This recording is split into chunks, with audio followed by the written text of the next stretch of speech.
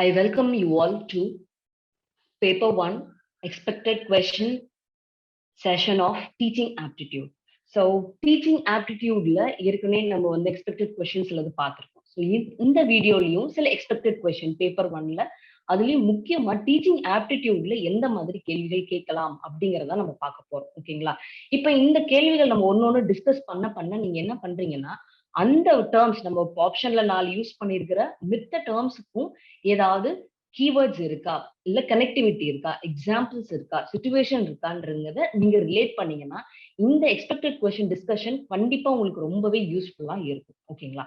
So இமீடியட்டா நம்ம question answer டிஸ்கஷனுக்கு போலாம். So first, which of the following is an example of intervening variable? So நம்ம எக்ஸாம்ல உட்கார்ந்துருக்கும் ஒரு கொஸ்டின் நம்ம படிக்கிறோம் அப்படின்னா கண்டிப்பா அந்த கொஸ்டின்ல இருக்கிற மெயினான டேர்ம் என்னங்கிறத நம்ம கண்டிப்பா பார்க்கணும். ஸோ மெயினான டேர்ம் என்னன்றதை பார்த்துட்டாலே கொஸ்டின் எதுல இருந்து நம்மளுக்கு கேட்டிருக்காங்கன்றது நல்லா புரியும். ஸோ அந்த கொஸ்டின் எதை கேட்டிருக்காங்க, ஏன்னா நம்ம டீச்சிங் ஆப்டிடியூட பொறுத்த வரைக்கும் கீவேர்ட்ஸ் ரொம்ப ரொம்ப முக்கியம். லேர்னர்ஸ் பத்தி கேட்கிறாங்களா, டீச்சர்ஸ் பத்தி கேட்கிறாங்களா, இல்ல டீச்சிங் பத்தி கேட்கிறாங்களா, இல்ல லேர்னிங் பத்தி கேட்கிறாங்களா, இல்ல எந்த கனெக்டிவிட்டியில கேட்கிறாங்கன்றது ரொம்ப ரொம்ப முக்கியம். ஓகேங்களா? சோ இந்த இடத்துல வேரியபிள் அப்படின்னு சொல்லியாச்சு. சோ வேரியபிள்னா நமக்கு தெரியும் நம்பர் ஆஃப் வேல்யூஸா இருக்கலாம், அந்த நியூமரிக் வேல்யூவை ரெப்ரசென்ட் பண்றாங்க. சோ இந்த இடத்துல டீச்சிங் பொறுத்த வரைக்கும் நம்மளோட வேரியபிள்ஸ் ஆஃப் டீச்சிங் தான். ஸோ ஒரு டீச்சிங் லேர்னிங் ப்ராசஸ் நடக்குது. அந்த டீச்சிங் லேர்னிங் ப்ராசஸ்ல எந்த மாதிரியான வேரியபிள் இங்க கொடுத்திருக்க ஆப்ஷன்ல இருந்து இருக்கு அப்படின்னு கேட்டிருக்காங்க. ஸோ இந்த இடத்துல மெயினான வேர்ட் என்னன்னா இந்த இன்டர்வெனிங் வேரியபிள் தான். ஓகேங்களா? ஸோ நமக்கு இங்க வேரியபிள் டீச்சிங் லேர்னிங் ப்ராசஸ்ல இருக்கிற வேரியபிள்ஸ் யார் யார் அப்படின்னா நமக்கு and instrumental material, teacher, student, administration, இவங்க எல்லாருமே வேரியபிள்ஸ் தான். பட் இதுல ஒவ்வொருத்தரையும் நம்ம ஒரு வேரியபிளா ரெஃபர் பண்ணுவோம். ஸோ இந்த கொஸ்டின் என்னன்னா which of the following is an example of intervening variable னு கேட்டிருக்காங்க. ஸோ intervening அப்படிங்கிற வேர்டுக்கான அர்த்தம் நமக்கு தெரிஞ்சு இமீடியட்டா நம்ம ஆப்ஷனுக்கு போயிடலாம். ஓகேங்களா? So first, a changeable or a quality that may have a number of different values is known as variable. So variable can be manipulated, controlled, observed by the experimenter.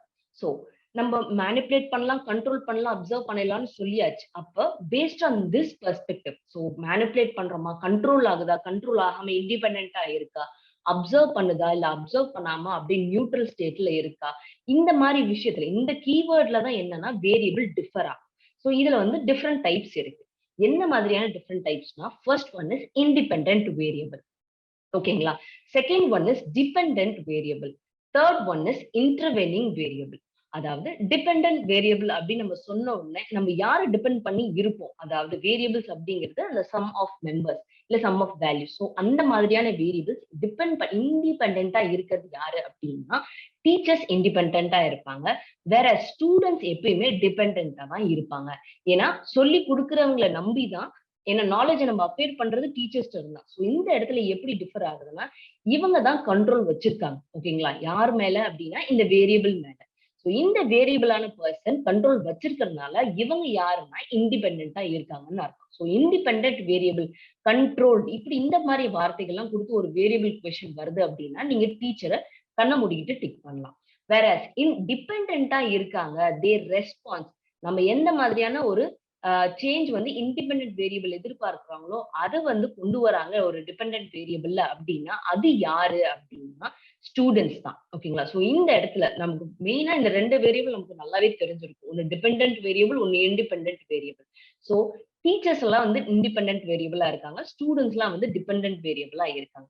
வேற இதை தாண்டி இன்னொன்னு இருக்கு. என்ன அப்படின்னா இன்ஸ்ட்ருமெண்டல் மெட்டீரியல்ஸ் சொல்லுவோம். அதாவது ஒரு டீச்சிங் லேர்னிங் ப்ராசஸ் எஃபெக்டிவா நடக்கணும்னா இன்பிட்வீன் நமக்கு தேவைப்படுற விஷயங்கள் என்னன்னா ஒரு கரிக்குலம் செட்டப் பண்ணிருக்கணும். அந்த கரிக்குலமுக்கு தேவைப்படுற இன்ஸ்ட்ருமெண்டல் மெட்டீரியல்ஸ், அதாவது டெக்ஸ்ட் புக்கா இருக்கலாம், இல்ல சார்ட்ஸ், இல்ல ஏதாவது ஒர்க்கிங் மாடல்ஸ், இந்த மாதிரியான விஷயங்களை வச்சு ஒரு வேரியபிள் உருவாகுது அப்படின்னா அதை தான் என்னன்னு சொல்லுவாங்க அப்படின்னா இன்டர்வெனிங் வேரியபிள் அப்படின்னு நம்ம சொல்லுவாங்க. ஓகேங்களா? சோ இட் கேனாட் அப்சர்வ், அதாவது இதை நம்ம இப்படிதான் இருக்கணும் அப்படின்னு சொல்லி அப்சர்வ் பண்ணி வைக்க முடியாது.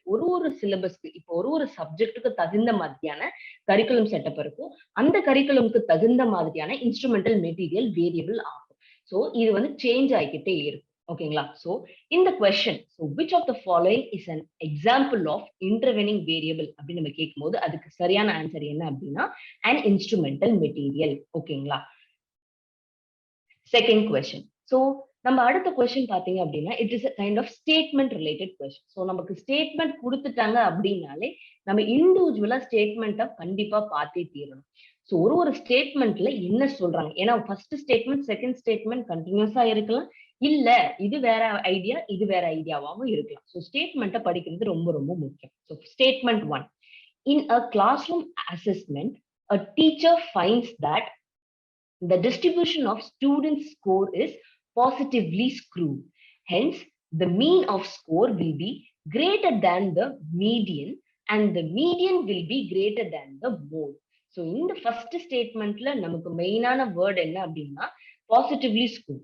ஒரு அசஸ்மெண்ட் நடக்குது, ஒரு கிளாஸ் ரூம்ல ஒரு அசஸ்மெண்ட் நடக்குது, அந்த ஸ்கோர் டிஸ்ட்ரிபியூஷன் வந்து பாசிட்டிவ்லி ஸ்க்ரூடா இருக்கு அப்படின்னு சொல்லிட்டாங்க. சொல்லிட்டு ஆட் ஆன் ஒரு ஸ்டேட்மெண்ட்டும் கொடுத்துருக்காங்க. ஹென்ஸ் இந்த இடத்துல இந்த பாசிட்டிவ்லி ஸ்க்ரூட்னு சொல்லிட்டு என்ன சொல்லியிருக்காங்கன்னா த மீன், அதாவது மீன் அப்படிங்கிறது என்ன அப்படின்னா ஒரு டோட்டல். இப்போ ஒரு கிளாஸ் ரூம்ல 10 பேர் இருக்காங்கன்னா 10 பேரோட ஆவரேஜ் ரிசல்ட் என்ன, எப்படி ஸ்கோர் பண்ணியிருக்காங்க, எத்தனை சதவீதம் வந்து பாஸ் பண்ணியிருக்காங்க அப்படின்னு ஒரு ஆவரேஜ் நம்ம எடுப்போம்ல, அந்த ஆவரேஜை தான் நம்ம என்னன்னு சொல்லுவோம் அப்படின்னா மீன் அப்படின்னு நம்ம சொல்லுவோம்.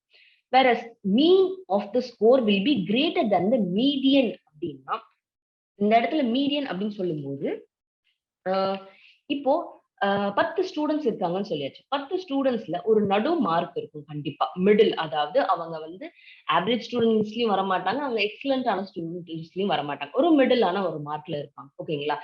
அந்த மிடில் மார்க் இப்போ ஒரு 5 நம்பர்ஸ் இருக்கு. 5 நம்பர்ஸ்ல 1, 3, 5, 7, 9 இருக்கு அப்படின்னா இந்த 5 நம்பர்ல நம்மளோட மிடில் நம்பர் என்ன அப்படின்னா 5. ஸோ மிடில் நம்பரை ரெப்ரசென்ட் பண்றதுதான் என்ன அப்படின்னா மீடியன் சொல்லுவாங்க.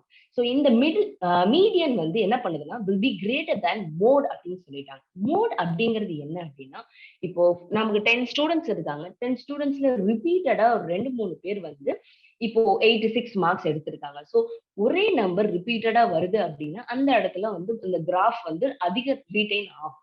அப்ப அந்த இடத்தான் வந்து பீக்கான மூமெண்ட்னு சொல்லுவாங்க. இல்ல அந்த இடத்தான் வந்து மோட் அப்படின்னு சொல்லுவாங்க. சோ ரிப்பீட்டட் நம்பரை தான் வந்து என்னன்னு சொல்லுவாங்கன்னா டைரக்ட் மீனிங். ஒரு மோடுக்கான டைரக்ட் மீனிங் என்னன்னா repeated number in continuous given numbers தான் வந்து மோடுன்னு சொல்லுவாங்க. ஸோ இன் கிளாஸ் ரூம் பார்த்தோம் அப்படின்னா ஒரு கிளாஸ் ரூம்ல 10 ஸ்டூடெண்ட்ஸ்ல ஒரு 3 ஸ்டூடெண்ட் வந்து சேம் மார்க் எடுத்திருக்காங்க. ஸோ சேம் நம்பர்ஸ் இருக்கு அப்படின்னா அந்த நம்பர்ஸை நம்ம என்னன்னு சொல்லணும்னா மோட் அப்படின்னு சொல்லுவோம். ஓகேங்களா? ஸோ இதுதான் ஃபர்ஸ்ட் ஸ்டேட்மெண்ட். ஸோ இந்த ஸ்டேட்மெண்டோட ஆர்டர். ஸோ இதுக்கு நமக்கு ஒரு கிராஃப் இருக்கு. அந்த கிராஃபை பார்த்தோம்னா நமக்கு இன்னும் டீடைலா இந்த கொஸ்டின்ல என்ன கேட்டிருக்காங்கன்றது நல்லா புரியும். So me going on to the statement 2. when the distribution, so in the distribution தான் இங்க மென்ஷன் பண்ணிருக்காங்க. when the distribution of students score is found to be normal. so இந்த இடத்துல வந்து positively skewed அப்படின்னு கொடுத்திருக்காங்க. இந்த ஸ்டேட்மெண்ட்ல நார்மல் அப்படின்னு கொடுத்திருக்காங்க. whereas all 3 measures of central tendency coincide. so இந்த இடத்துல 3 measures of central tendency எதை ரெஃபர் பண்றாங்கன்னா mean, median and mode.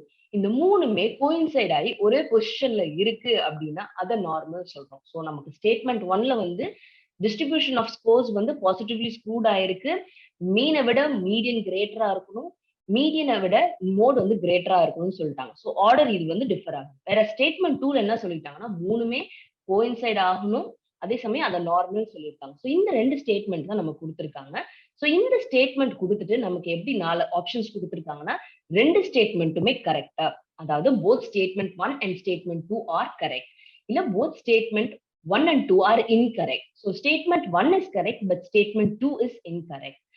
நாலாவது ஆப்ஷன் என்ன சொல்லிருக்காங்கன்னா statement 1 is incorrect but statement 2 is correct. So இது ரெண்டு, இந்த 4 கொடுத்திருக்காங்க. சோ ஒன்னு கரெக்டா இருக்கலாம், ஒன்னு தப்பா இருக்கலாம், இல்ல ரெண்டுமே தப்பா இருக்கலாம், இல்ல ரெண்டுமே சரியா இருக்கலாம். இதுல வந்து நம்ம சூஸ் பண்ணணும். சோ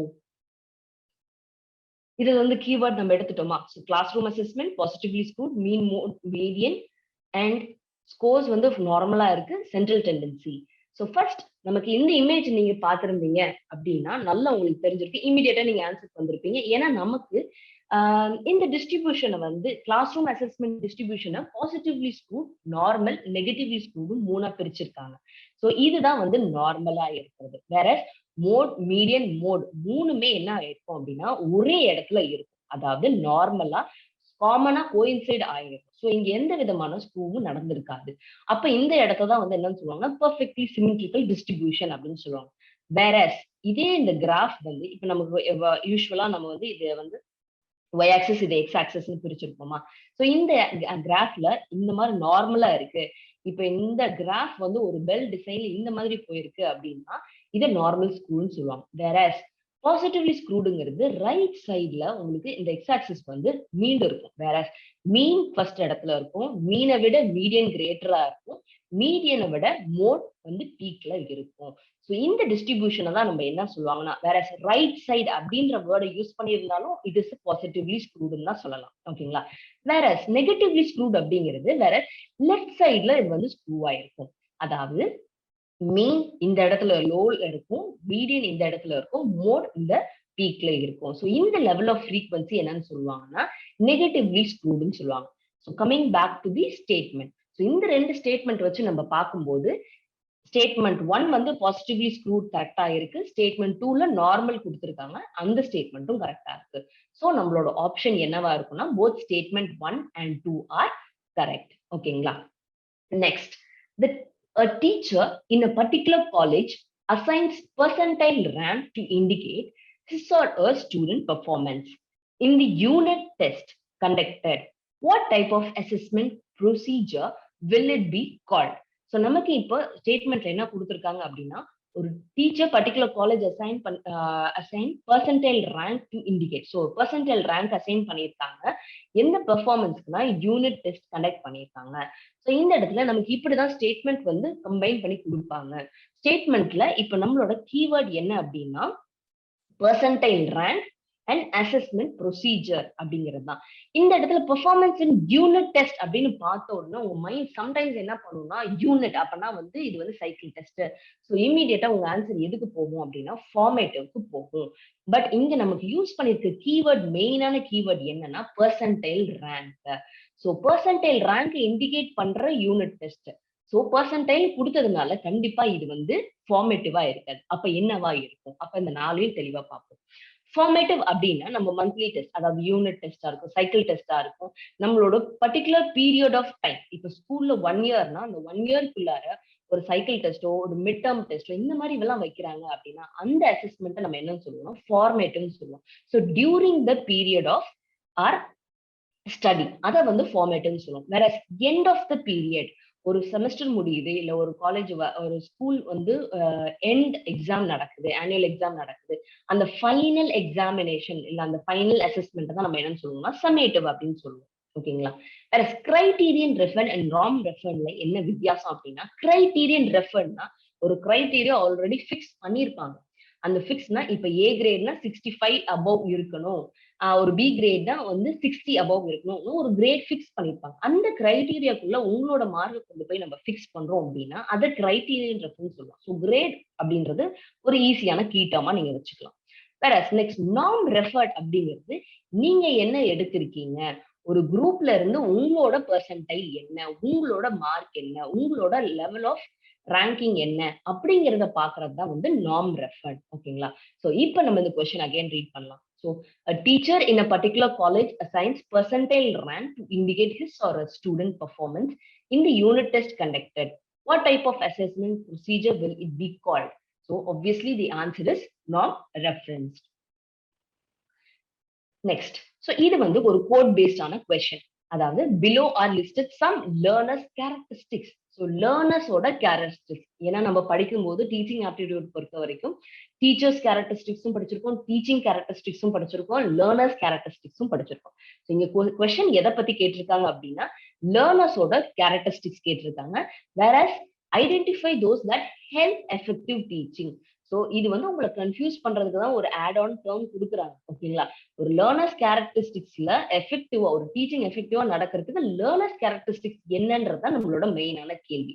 ஸோ நம்ம ஒரு கொஸ்டின் டீச்சிங் ஆப்டிடியூட்ல படிக்கிறோம்னா அந்த மெயினான கீவேர்ட் என்ன, நம்மள கன்ஃபியூஸ் பண்றதுக்கோ இல்ல நம்ம மைண்ட் எக்ஸ்டெண்ட் பண்றதுக்கோ இல்ல ஒரு சப் கீ டேர்மா எதை யூஸ் பண்றோமோ அந்த வேர்டை வந்து நம்ம பெரிய தெளிவா கத்துருக்கணும். ஓகேங்களா. ஸ்டேட்மெண்ட் இப்ப என்னன்னா learners respect for teacher, learners level of mental ability, learner's previous experience, learner's level of interest to study, learner's level of interpersonal relation, learner's view about society. So நம்ம கொடுத்திருக்க கொஸ்டின்ல லேர்னர்ஸ் கேரக்டரிஸ்டிக்ஸ் 6 ஆப்ஷன்ஸ் கொடுத்திருக்காங்க. 6 ஆப்ஷன்ல இருந்து 4 நம்ம choose பண்ணணும். 4 எது பெஸ்டா இருக்கு. ஸோ லேர்னர்ஸ் கேரக்டரிஸ்டிக்ஸ்ல எது பெஸ்டா இருக்கு அப்படின்னு பார்க்கணும். ஸோ ஃபர்ஸ்ட் ஆப்ஷன் என்னன்னா ரெஸ்பெக்ட் ஃபார் டீச்சர்ஸ். இந்த ரெஸ்பெக்ட் ஃபார் டீச்சர்ஸ் வந்து லேர்னர்ஸ் கேரக்டரிஸ்டிக்ஸ் வருமா, எஃபெக்டிவ் டீச்சிங்க்கு உதவுமா அப்படிங்கறத நம்ம பார்க்கணும். தென் மென்டல் எபிலிட்டி இருந்தாதான் அவங்க லேர்னர்ஸ் கேரக்டரிஸ்டிக்ஸ் ப்ராப்பரா இருக்கும், டீச்சிங்க்கும் வந்து எஃபெக்டிவா இருக்குமா அப்படிங்கிறது ஒரு கீட்டம். இதுல ஒரு கீட்டம் என்னன்னா ப்ரீவியஸ் எக்ஸ்பீரியன்ஸ். இந்த ஆப்ஷன் 4ல இருக்க கீட்டம் என்னன்னா இன்ட்ரெஸ்ட் டு ஸ்டடி. ஆப்ஷன் 5ல இருக்க கீட்டம் என்னன்னா இன்டர்பர்சனல் ரிலேஷன். ஆப்ஷன் 6ல இருக்கிற கீட்டம் என்னன்னா வியூ அபவுட் சொசைட்டி. ஸோ இந்த 6 ஆப்ஷன்ல டைரக்டா கேரக்டரிஸ்டிக்ஸோட கனெக்ட் ஆகிறது டேர்ம்ஸ் நம்ம இமீடியட்டா பார்த்தோம் அப்படின்னா mental ability, interest to study, previous experience, இந்த 3 நம்ம டக்குன்னு எடுத்துடலாம். வேற இன்னும் ஒரு ஆப்ஷன் வந்து கண்டிப்பா நம்ம இன்னும் கொஞ்சம் டீப்பா அனலைஸ் பண்ணாதான் நமக்கு இன்னும் தெளிவா தெரியும். டீச்சர்ஸை ரெஸ்பெக்ட் பண்றதுனால நம்மளோட லேர்னிங் எஃபெக்டிவா இருக்குமா, இன்டர்பர்சனல் ரிலேஷன்ஷிப்பா, இல்ல சொசைட்டியோட வியூவா, நம்ம எப்படி சொசைட்டியை வியூ பண்ண போறோமா அப்படின்றது. இப்போ நம்ம இதை டீட்டெயிலா பார்க்கணும் அப்படின்னா லேர்னர்ஸ் கேரக்டரிஸ்டிக்ஸை நம்ம பார்ப்போம். ஸோ லேர்னர்ஸ் கேரக்டரிஸ்டிக்ஸ் ஒரு எஃபெக்டிவ் டீச்சிங் ஹெல்ப் பண்றது என்னென்ன அப்படின்னா level of interest and enthusiasm in learning new concept, attention span and rate of retention of the learner, individual mental capacities and skill of learners, அவங்களோட previous knowledge and experience of the learners, grasping ability, ஒரு விஷயத்தை சொல்லி கொடுக்கும்போது எந்த அளவுக்கு சீக்கிரம் கத்துக்கிறாங்க ஒரு இண்டிவிஜுவலும். Then perspectives regarding the functioning and other aspects of society. So ஒரு விஷயம் நம்ம கத்துக்கிறோம் அப்படின்னா அந்த கத்துக்கிற விஷயத்த கண்டிப்பா நம்ம வந்து என்ன பண்ணணும்னா சொசைட்டியோட கனெக்ட் பண்ணுவோம், நம்ம ரியல் லைஃபோட கனெக்ட் பண்ணுவோம், உதவுதா இல்லையா, ஃபங்க்ஷன் ஆகுதா இல்லையான்னு. ஸோ இந்த கீட்டம் ரொம்ப ரொம்ப முக்கியம். Then attitude of learners about learning in general. ஒரு விஷயம் கத்துக்கிறதுலயும் ஒரு ஆட்டிடியூட் கண்டிப்பா இருக்கு. எதுக்கு நம்ம கத்துக்கிறோம், எதுக்காக கத்துக்கிறோம், இந்த கத்துக்கிட்டா என்ன பயன் இருக்கு அப்படின்னு. ஸோ இந்த கேரக்டரிஸ்டிக்ஸ் வச்சு பார்க்கும்போது கண்டிப்பா நம்ம எலிமினேட் பண்றது ரொம்ப ரொம்ப ஈஸியா இருக்கு. என்ன அப்படின்னா ரெஸ்பெக்ட் ஃபார் டீச்சர்ஸ். கண்டிப்பா இது வந்து பிஹேவியர் குவாலிட்டிஸ்ல வரும். அதாவது ஒரு பர்சனல் குவாலிட்டியில respect for elders, respect for teachers, இதெல்லாம் வந்து பர்சனல் கேரக்டரிஸ்டிக்ஸ்ல வரும். ஸோ நம்ம லேர்னர்ஸ் கேரக்டரிஸ்டிக்ஸ் நம்ம அகாடமிக் கிளாஸஸ்ல நீங்க படிச்சிருந்தீங்கன்னா உங்களுக்கு டக்குன்னு ஞாபகத்துக்கு வரும். லேர்னர்ஸ் கேரக்டரிஸ்டிக்ஸ் அப்படின்னு நம்ம எடுக்கும் போதே வந்து அகாடமிக் கேரக்டரிஸ்டிக்ஸ், பர்சனல் கேரக்டரிஸ்டிக்ஸ் நம்ம தெளிவா பிரிச்சு படிச்சிருக்கோம்.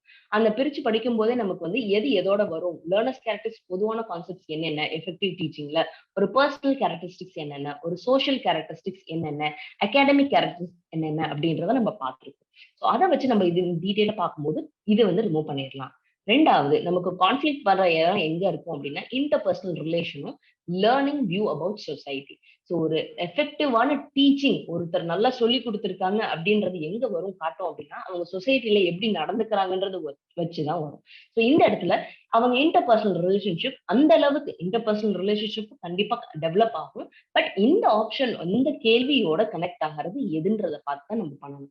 ஸோ டீச்சிங் ஆப்டிடியூட்ல நம்ம ரியல் டைம்ல எப்படி வாழ்றோம், எப்படி ஒரு டீச்சரா இருக்கும், ஒரு ஸ்டூடெண்ட் எப்படி நம்ம பாக்குறோம் அப்படிங்கிறது ரொம்ப ரொம்ப முக்கியம். அதே மாதிரிதான் ஒரு கொஸ்டினை நம்ம அணுகும் போது அந்த கொஸ்டின்ல இருக்கிற கீட்டப் என்ன, ஆப்ஷன்ல என்ன கொடுத்திருக்காங்க, ஆப்ஷனும் அதுவும் கோயின்சைட் ஆகுதா, கரெக்டான ஆன்சரா வருதா, இதைதான் நம்ம இந்த கொஸ்டின்ல கண்டிப்பா பார்க்கணும். So the correct answer is option 2, level of mental ability, previous knowledge, learners interest to study and learners view about society. Society எப்படி அவங்க பாக்குறாங்க, எப்படி இருக்கு அப்படிங்கறத பத்தி நம்ம சொல்லி கொடுக்கறது. ஓகேங்களா? Next. So next is a statement related question. So statement 1. Statement 1ல என்ன கொடுத்திருக்காங்க அப்படின்னா one of the basic principle of the progressive view of teaching is that education should be life itself rather than a preparation for living. So இந்த progressive வியூவை கொடுத்திருக்கிறது யாரு அப்படின்னா progressive view, progressive thinking அப்படின்றத அந்த எசன்ஸ் நம்ம படிச்சிருக்கும் போதே நமக்கு தெரியும். அந்த எசன்ஸ்ல நம்ம ப்ரோக்ரெசிவ் லேர்னிங்கும் நம்ம படிச்சிருக்கோம், ப்ரோக்ரெசிவிசம் படிச்சிருக்கோம். அந்த ப்ரோக்ரெசிவிசம் அப்படின்னு நம்ம சொன்ன உடனே ஃபர்ஸ்ட் கனெக்ட் ஆகிற பர்சன் யாரு அப்படின்னா ஜான் டிவே தான். ஸோ ஜான் டிவே என்ன சொல்லியிருக்காரு அப்படின்னா education is not preparation for life, education is life itself. So this, அதாவது நம்ம வாழ்றது வந்து நம்ம படிக்கிறது வந்து வாழ்றதுக்காக இல்ல, எப்படி வாழணும் அப்படின்னு கத்துக்கிறதுக்காக இல்ல, எஜுகேஷனே நம்ம எப்படி இருக்கணும்ன்றதுக்காக தான். சோ இந்த மாதிரியான ஒரு ப்ரொக்ரெசிவான திங்கிங்கை ரெப்ரசென்ட் பண்ணது யாரு அப்படின்னா, சொன்னது யாரு அப்படின்னா ஜான் டிவே. சோ இதுல என்ன சொல்றாங்கன்னா, this view of education has great influence in today's time. This viewpoint advocates that the young fellows should be given the freedom to learn according to their choice. It is a social need and function of society. Hence, social and individual aspects are mutually dependent on each other. ஏன்னா நம்ம இப்ப எப்படி வாழணும், இப்ப இந்த pandemic அப்புறம் நம்ம வந்து மெயினா நிறைய விஷயங்கள், நம்மளோட எஜுகேஷனா இருக்கட்டும், நம்மளோட லிவிங்கா இருக்கட்டும், ஒரு விஷயம் நம்ம செய்யறோம்னாலும் நம்ம இண்டிவிஜுவலும் சொசைட்டியும் எப்பவுமே எப்படி கனெக்ட் ஆகி இருக்கும், எந்த அளவுக்கு ஃபங்க்ஷன் ஆகுது அப்படிங்கறது, இன்டர் கனெக்டிவிட்டி ரொம்ப ரொம்ப முக்கியம் அப்படின்றத நம்ம பார்க்கிறோம். ஏன்னா ப்ரொக்ரெசிவா திங்க் பண்ண ஆரம்பிச்சிட்டோம். இப்ப பாஸ்ட்ல இருக்கிற விஷயங்கள் தான் நமக்கு தேவை, இதுதான் முக்கியம் அப்படின்னு ஒரு ஃப்ரேம் ஸ்ட்ரக்சர்க்குள்ள இல்லாம, இது பண்ணா இந்த ஒரு டெவலப்மெண்ட் நம்ம வாழ்க்கையில இருக்கும், சொசைட்டியோட இந்த மாதிரி ஒரு ரிஃப்ளெக்ஷன் இருக்கும், இப்படிதான் நம்மளே பார்ப்பாங்க, இல்ல இந்த மாதிரி பார்க்க மாட்டாங்க அப்படிங்கிற அந்த இண்டிவிஜுவல் பெர்ஸ்பெக்டிவ் வந்து என்ன ஆகுதுன்னா டிபெண்டன்ட் ஆகுது சொசைட்டியோட. சோ இந்த பிரீஃபிங்கோட நம்ம பார்க்கும்போது statement 1 is correct. So next ஸ்டேட்மெண்ட்டுக்கு போலாம். Statement 2. According to the Reconstructionist view of education, the new social order must be genuinely democratic. So, ரெண்டாவது ஸ்டேட்மெண்ட்ல எதை பத்தி பேசியிருக்காங்கன்னா, ரீகன்ஸ்ட்ரக்ஷனிஸ்ட் வியூ பத்தி பேசியிருக்காங்க. நம்ம ரீகன்ஸ்ட்ரக்ஷன் அப்படின்னு நம்ம சொல்லும் போதே நம்ம என்ன சொல்லுவோம்னா, நமக்கு அடுத்து கீ டேர்ம் வரதெல்லாம் ரீதிங்கிங். ஒரு விஷயம் நம்ம ஏற்கனவே இருக்கு, ஆனா ரீதிங்க் பண்ணும்போது என்னன்னா, ப்ரீவியஸா நடந்த விஷயங்களா இருக்கட்டும், சொன்ன விஷயங்கள் எல்லாத்தையுமே கனெக்ட் பண்ணி ரீகன்ஸ்ட்ரக்ட் பண்ணுவோம். அதாவது மறுபடியும் ரீதிங்க் பண்ணி ரீஃப்ரேம் ஒர்க்கு கொண்டு வரும். ஏன்னா ஒரு பாஸ்ட்ல இருந்து நடந்திருக்க விஷயங்கள், அது ஒரு விஷயம் நம்ம செய்யறோம்னா ஏற்கனவே அதை மாதிரி செஞ்சிருக்காங்களா, செஞ்சதோட விளைவு என்ன, அந்த விளைவுல பாசிட்டிவா இருக்கா, நெகட்டிவா இருக்கா, இல்ல ஒரு டெவலப்மெண்ட் இருக்கா. சோ இந்த மாதிரியான ஒரு விஷயங்கள் பண்ணும்போது என்ன ஆகுதுன்னா, அந்த இடத்துல நம்ம டெமோக்ராட்டிக், அதாவது ஓப்பனா இருக்கும், ஃப்ரீடம், நமக்கு வந்து ஃப்ரீடம் இருக்கு ஒரு விஷயத்த ரீதிங்க் பண்றதுக்கும் செய்யறதுக்கும், அந்த மாதிரி இருக்கு அப்படின்னு சொல்றாங்க அப்படின்றதுதான் statement 2. So social reconstruction is relevant theory today. So this theory talks about the holistic education and developing critical thinking skills in the student. It focuses on experiential learning. அதாவது ஏற்கனவே நடந்த ஒரு விஷயம், நீங்க உங்க அனுபவத்துல ஏதாவது நடந்திருக்கா, இல்ல மத்தவங்களுக்கு ஒரு அனுபவத்துல நடந்திருக்கா, அதை வச்சு நம்ம ஒரு ஐடியாவுக்கு வரோம் பாத்தீங்களா. அததான் வந்து என்ன சொல்றாங்க அப்படின்னா ரீகன்ஸ்ட்ரக்ஷன் அப்படின்னு சொல்றாங்க. இந்த இடத்துல இந்த ஃபார்ம் ப்ரொக்ரெசிவிசம்னு சொல்லுவாங்க. It believes in new social order. So ப்ரீவியஸா நடந்ததுல இருந்து நம்ம வரப்போ ஒரு புது விதமான ஒரு விஷயத்த நம்ம செய்வோம். So it is obviously a new social order that must be genuinely democratic. So இது அடிப்படையில பார்க்கும்போது நமக்கு ஸ்டேட்மெண்ட் 2மே கரெக்டா இருக்கு. So with this statement 1 and statement 2 ரெண்டுமே ட்ரூவா இருக்கு.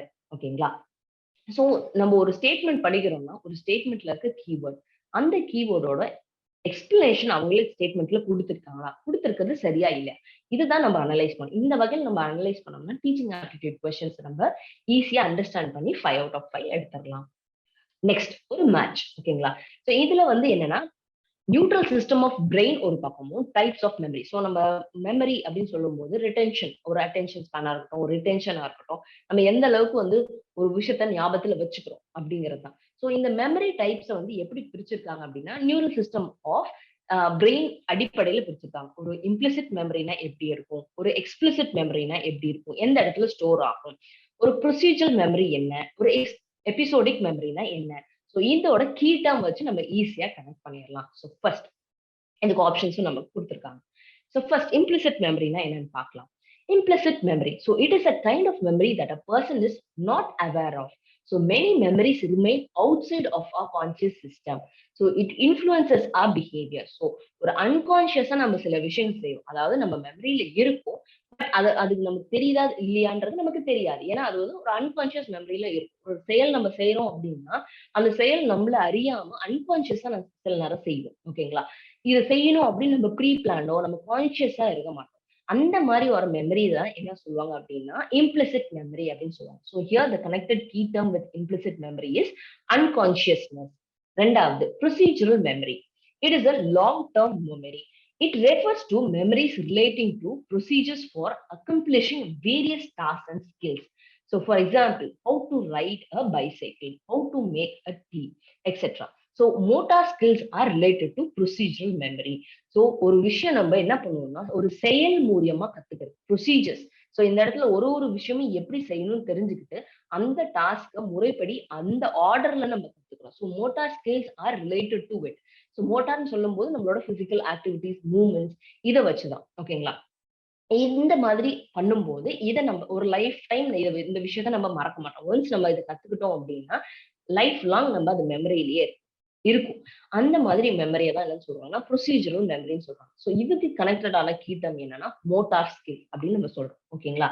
ஏன்னா செயல்ல கத்துக்கிறோம். ஒரு ப்ரொசீஜர்ஸையும் செயல்ல நம்ம செஞ்சு கத்துக்கும் போது இது மோட்டார் ஸ்கில்லோட ரிலேட் ஆகுது. Next, explicit memory. So explicit memory நம்ம சொல்லும்போது it refers to the conscious recollection of event that happen previously. ஒரு விஷயம் நடந்திருக்கு அப்படின்னா அந்த நடந்திருக்க விஷயம் நம்ம கான்ஷியஸ் ஸ்டேட்ல இருக்கும். ஸோ இதான் நம்ம பண்ணியிருக்கோம், இது செஞ்சதுனால இது நமக்கு நடந்திருக்கு. So conscious aspect of explicit memory it refers to biographical details of an individual. So ஒரு இன்ஃபர்மேஷன் நம்ம இப்ப படிக்கிறோம். இப்போ ஒருத்தரோட பேர் இது, அவங்க இந்த இயர் ஜாயின் பண்ணியிருக்காங்க, அவங்க வந்து இதுல எக்ஸ்பர்ட்டா இருக்காங்க அப்படிங்கிற சில விஷயங்களை நம்ம கான்ஷியஸ் ஸ்டேட்ல இருக்கும். ஸோ இமீடியட்டா நம்ம ஒரு கேள்வி கேட்டோம்னா அவங்கள பத்தின ஒரு விஷயத்த நம்ம சொல்லும்போது அது கான்ஷியஸா நம்ம அதை பத்தி சொல்லுவோம். இதுதான் வந்து என்னன்னு சொல்றாங்கன்னா எக்ஸ்பிளிசிட் மெமரின்னு சொல்றாங்க. ஓகேங்களா? Next, episodic memory. Memories are related to personal information, personal life experiences. So own experiences are the part of episodic memory. Episodic memory நம்ம சொல்லும்போது நம்மளோட சுய அனுபவமா இருக்கட்டும், நம்மளோட சார்ந்ததா இருக்கட்டும், இதுதான் வந்து என்னன்னு சொல்லுவாங்கன்னா எபிசோடிக் மெமரின்னு சொல்றாங்க. ஸோ ஹியர், ஸோ இப்ப நம்ம பார்க்கும்போது தெளிவா தெரிஞ்சிரும். கான்ஷியஸ் அப்படின்னு நம்ம சொல்லும்போது கான்ஷியஸ் எதோட ரிலேட் ஆயிருக்குன்னா எக்ஸ்பிளிசிட் மெமரியோட வெளிப்படையா, அதாவது இப்படி கீட்டாம கனெக்ட் பண்ணிக்கலாம் நீங்க. அன்கான்ஷியஸ் அப்படின்னு சொல்லும்போது மறைமுகமா உள்ள இருக்கிறதுனால இம்ப் அப்படின்னு நம்ம ஞாபகம் வச்சுக்கலாம். So it is implicit memory. Motor skill அப்படின்னு நம்ம சொல்லும்போது ஒரு ப்ரொசீஜரையும் ஆர்டர் வைஸ் போறதுனால நம்ம செயல் மூலியமா போறதுனால it is procedural memory. So motor skill is related to procedural memory.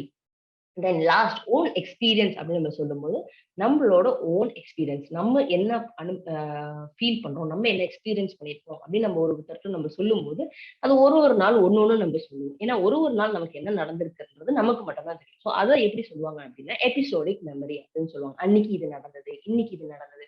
So ஒரு காலகட்டத்தை நம்ம குறிப்பிடுறோம், இந்த இடத்துல குறிப்பிடுறோம். அதனால இதை வந்து எபிசோடிக் மெமரின்னு சொல்றாங்க. So option 2 is the right answer. Next, cone of experience related to teaching learning was suggested by. So இந்த இடத்துல வந்து நமக்கு ப்ரொபனன்ஸ் கொடுத்துட்டாங்க. ஸோ கண்டிப்பா ஒரு கொஸ்டின் ப்ரொபனன்ஸ் ரிலேட்டடா இருக்கும்.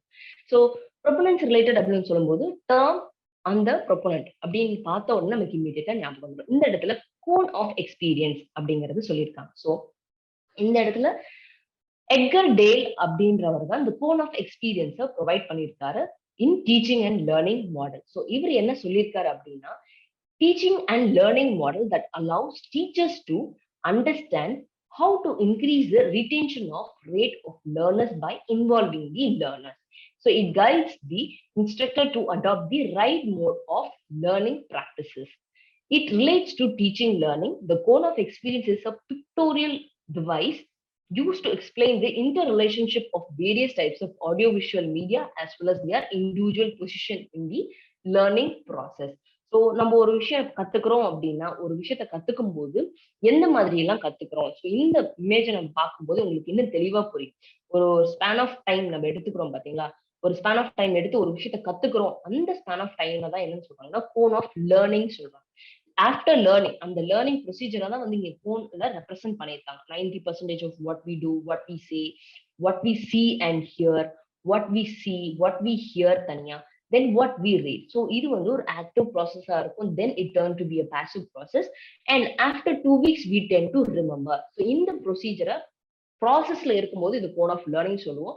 ஒரு விஷயத்த கத்து முடிச்சதுக்கு அப்புறம் அதை கோன் ஆஃப் எக்ஸ்பீரியன்ஸ் சொல்லுவோம். ஸோ இதை மென்ஷன் பண்ணியிருக்கிறது யாரு அப்படின்னா நம்ம எட்கர் டேல் தான் கோன் ஆஃப் எக்ஸ்பீரியன்ஸ சொல்லியிருக்காரு. ஓகேங்களா? Next, the goal of teaching as compared to training is to provide an opportunity of. So நம்ம டீச்சிங் ரிலேட்டட் டேர்ம்ஸ் நம்ம நிறைய பார்த்திருக்கோம் டீச்சிங் ஆப்டிடியூட்ல. whereas ட்ரைனிங், மென்டாரிங், கோச்சிங் அப்படின்னு சொல்லிட்டு.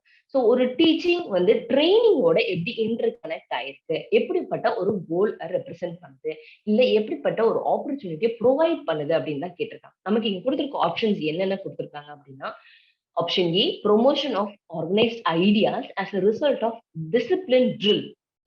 Sharing and caring leads to critical and creative reflection. Option C, establishing beliefs and values leading to change in attitude. Option D, associating ideas which are similar and dissimilar. So இந்த 4 option நம்ம படிக்கும்போது டக்குன்னு நமக்கு எல்லாமே confuse ஆகும். But ட்ரைனிங்னா என்னன்றது நம்ம தெளிவா தெரிஞ்சு வச்சுக்கிட்டோம், ட்ரைனிங்ல இருந்து டீச்சிங் எப்படி டிஃபர் ஆகுது நல்லா தெளிவா தெரிஞ்சு வச்சுக்கிட்டோம் அப்படின்னா இமீடியட்டா நம்ம ஆன்சருக்கு போகலாம். நம்ம ஃபர்ஸ்ட் பார்த்துடலாம் difference. First, training. Training is a technique frequently used in organization to build a person's skill, knowledge, and attitude in order to meet a standard set by that particular industry or organization. So it is a technique used in an organization. Whereas teaching is a process of transaction of knowledge that takes place between student and teacher. So it is a process, whereas it is a technique used to develop a skill in an organization. இந்த key term difference நமக்கு தெளிவா புரியுது. ரெண்டாவது, result of the discipline, drill or memorization by following the fixed rules of standard. So drill அப்படிங்கிற வார்த்தை நமக்கு இருக்கு, but இந்த drill எப்படிப்பட்ட ட்ரில்லா இருக்கும் அப்படின்னா it is a fixed rule of standards சொல்லியிருக்காங்க. Whereas teaching இந்த இடத்துல எப்படி இருக்குன்னா sharing and caring leads to a critical evaluation, diagnostic teaching and creative reflection of students knowledge அப்படின்னு சொல்லியிருக்காங்க. Next, training establishes terms of beliefs and values leading to a change in attitude அப்படின்னு சொல்லியிருக்காங்க.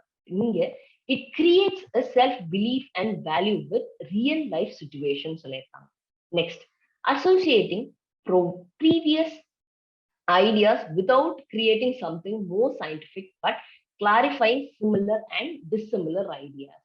Whereas here it's creating ideas, exploring ideas and applying and dividing them into real actions. So நம்மளோட real டைம்க்கு எந்த மாதிரியான ideas வந்து யூஸ்ஃபுல்லா இருக்கும் அப்படிங்கறத யோசிச்சு செயலுக்கு கொண்டு வரது அப்படின்னு சொல்லியாச்சு.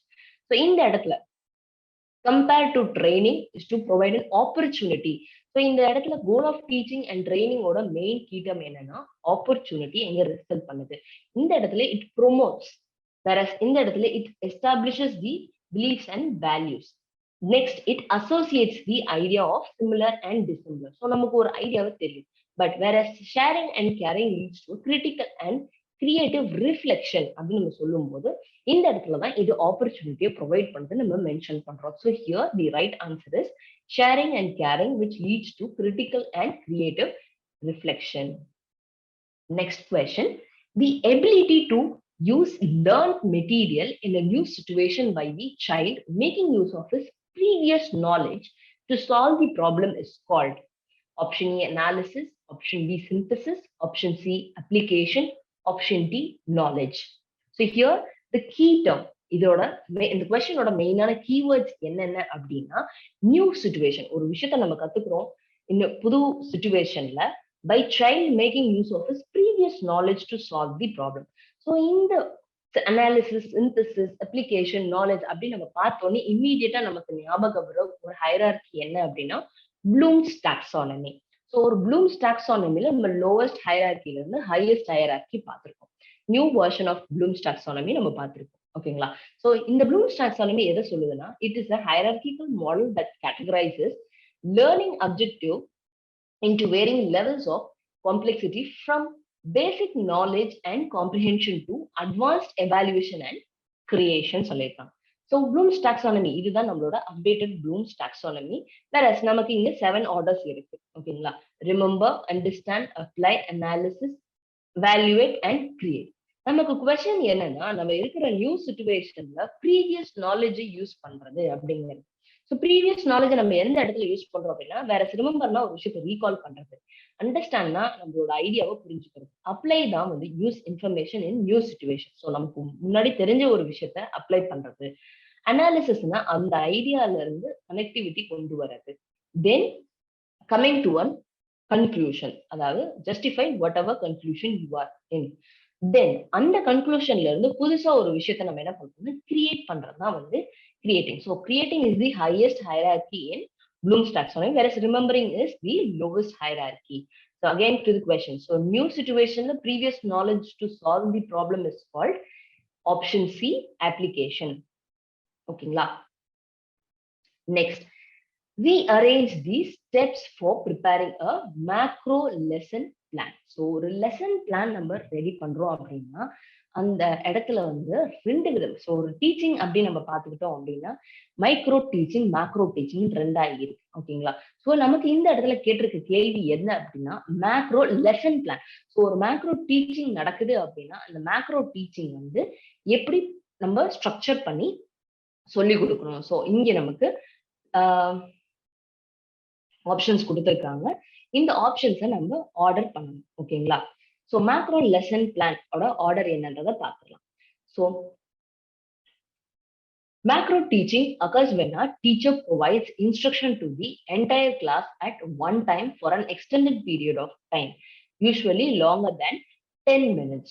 So macro teaching is often done in lecture format and may be used to introduce new concepts such as adding or to practice a new skill such as sounding out new words. So ஒரு விஷயத்த புதுசா சொல்லி கொடுக்குறாங்க, அந்த concept புதுசா சொல்லி கொடுக்கும்போது கண்டிப்பா அதுக்கு தேவைப்படுற ஒரு எக்ஸ்டெண்டட் ஃபார்ம் ஆஃப் டைமிங் தான் வந்து என்ன சொல்றாங்க அப்படின்னா மேக்ரோ டீச்சிங் சொல்றாங்க.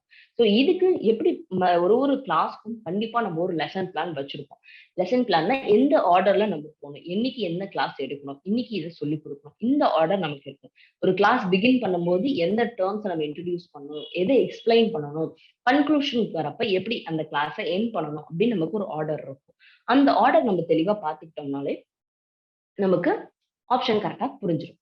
என்ன அப்படின்னா first one, we need to identify the learning objectives. So learning objectives ரொம்ப ரொம்ப முக்கியம். Then plan the specific learning activities. So ஒரு learning objective ரெடி பண்ணோம்னா அதுக்கு ரிலேட்டடான ஆக்டிவிட்டிஸ் என்னென்னன்றதை நம்ம ப்ரிப்பேர் பண்ணிக்கணும். ஸ்பெசிஃபிக்கா இந்த சப்ஜெக்ட்க்கு இந்த ஆக்டிவிட்டி நமக்கு தேவை அப்படிங்கிறத ப்ரிப்பேர் பண்ணிக்கணும். Then plan to assess student understanding. So இந்த ஆக்டிவிட்டியை கொடுத்த உடனே அந்த ஸ்டூடெண்ட்ஸ் நல்லா புரிஞ்சுக்கிறாங்களா அப்படிங்கிறத நம்ம கண்டிப்பா பார்க்கணும். Then plan to sequence the lesson in an engaging and meaningful manner. So நம்ம எந்த ஆர்டர்ல போறோமோ அந்த ஆர்டர்ல போறது வந்து கண்டிப்பா ஒரு எண்ட் ரிசல்ட் வந்து ஃப்ரூட்ஃபுல்லா இருக்கணும் நமக்கு. அதாவது நம்மளோட சொல்லி கொடுக்கறது வந்து கண்டிப்பா மீனிங்ஃபுல்லா இருக்கணும். அதாவது அவங்க தெளிவா புரிஞ்சுக்கிறாங்களா இல்லையாங்கிறத வச்சுதான் நமக்கு தெரியும் அது மீனிங்ஃபுல்லா சீக்வென்ஷியல் ஆர்டர்ல போகுதா இல்லையா அப்படிங்கிறது.